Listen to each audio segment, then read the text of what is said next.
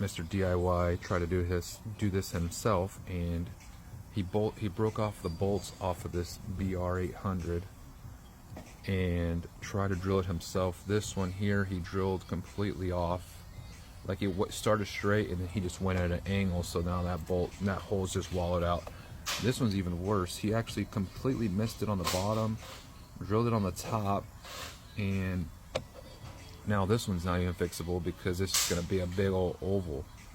So he's going to need a whole cylinder kit, and it would have been a simple repair for me. I do this all the time with drilling and helicoiling or welding and extracting, these bolts, and he just made a big job out of nothing.